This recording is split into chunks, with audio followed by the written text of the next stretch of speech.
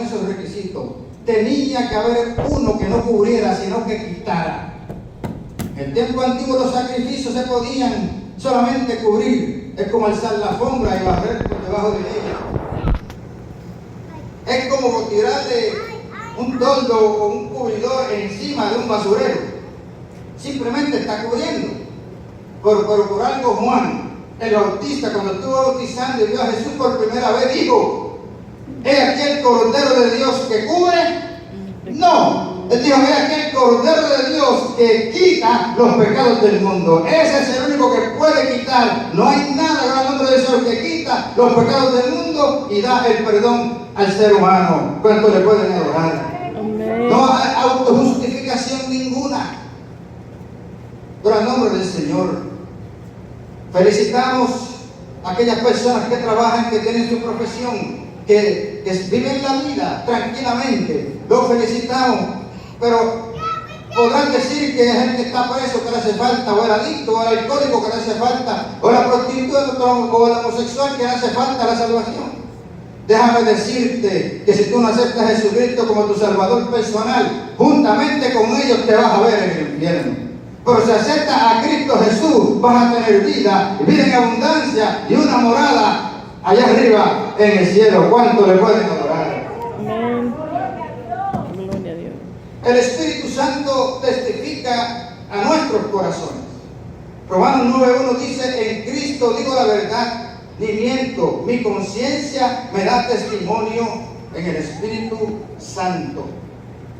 ¿Cómo ocurre el testimonio del Espíritu Santo?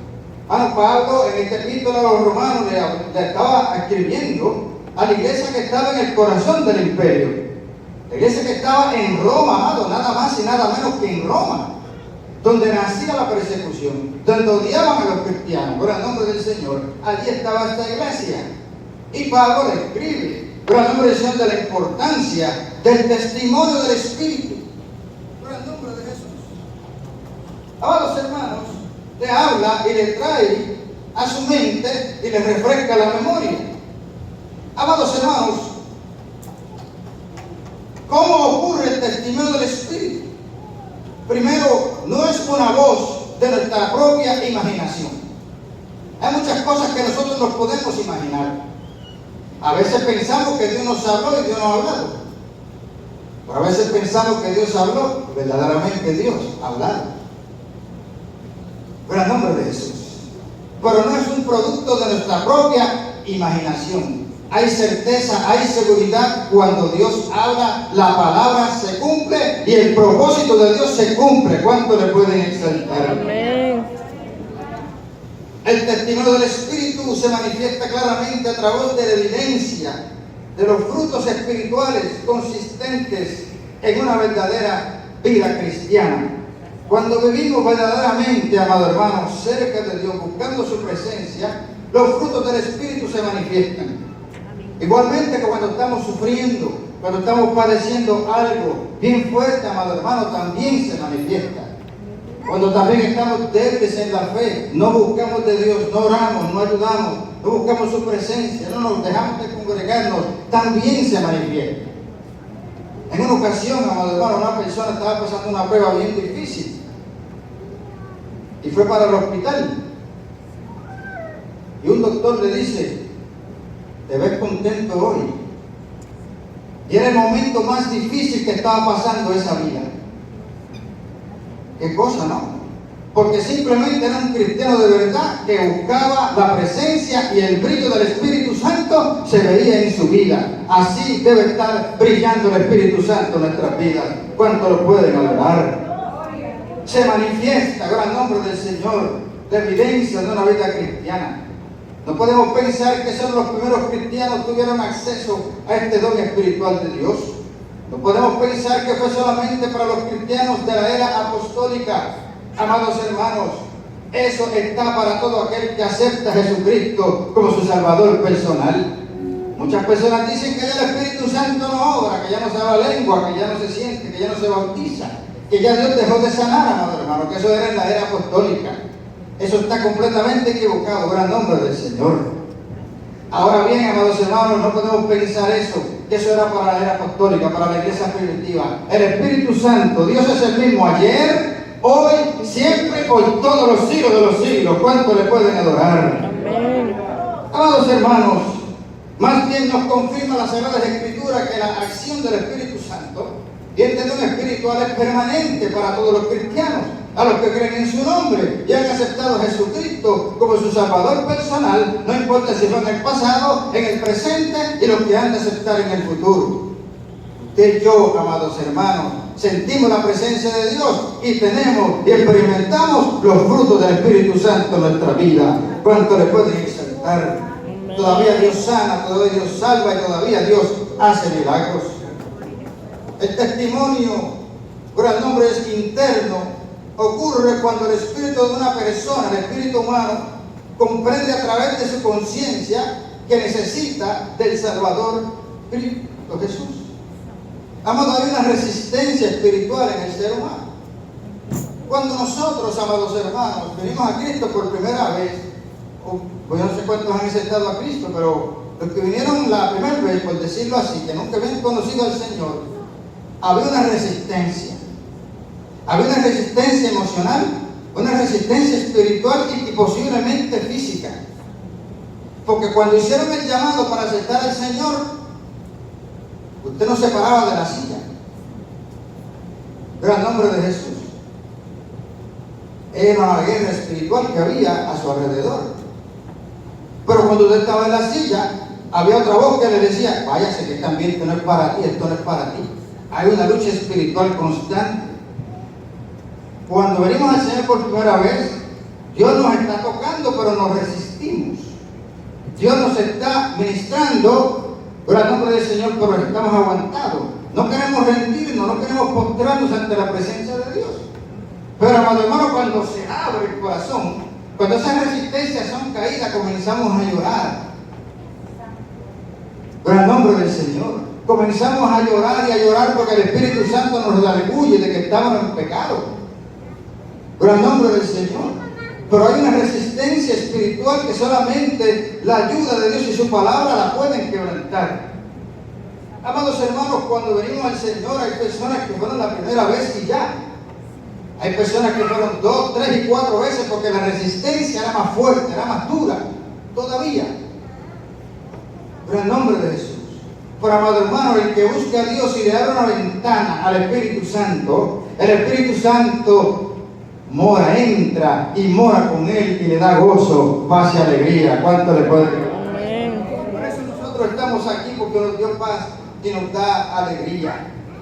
Amados hermanos, inmediatamente el Espíritu Santo convence e intercede por él o por ella para salvarlo o salvarla, y es así que una convicción se apodera de sus mentes y corazones de que son hijos de Dios. Amado, mientras está esa lucha, mientras está esa batalla espiritual en esa vida por aceptar a Cristo, de repente se quebranta, como decía anteriormente, esa resistencia y comienza a pensar: Dios me está tocando, Dios me ama. No es como dicen por ahí que no me ama. Sí, Él me ama, Dios me quiere cambiar. Esto que yo tengo en mi corazón negativo va a ser algo positivo. Yo quiero nacer de nuevo. Oye, hermano, el Espíritu Santo está aleteando, está trabajando alrededor de esa persona. Por el nombre de Jesús. Y se apodera de su mente y del corazón de que somos hijos de Dios.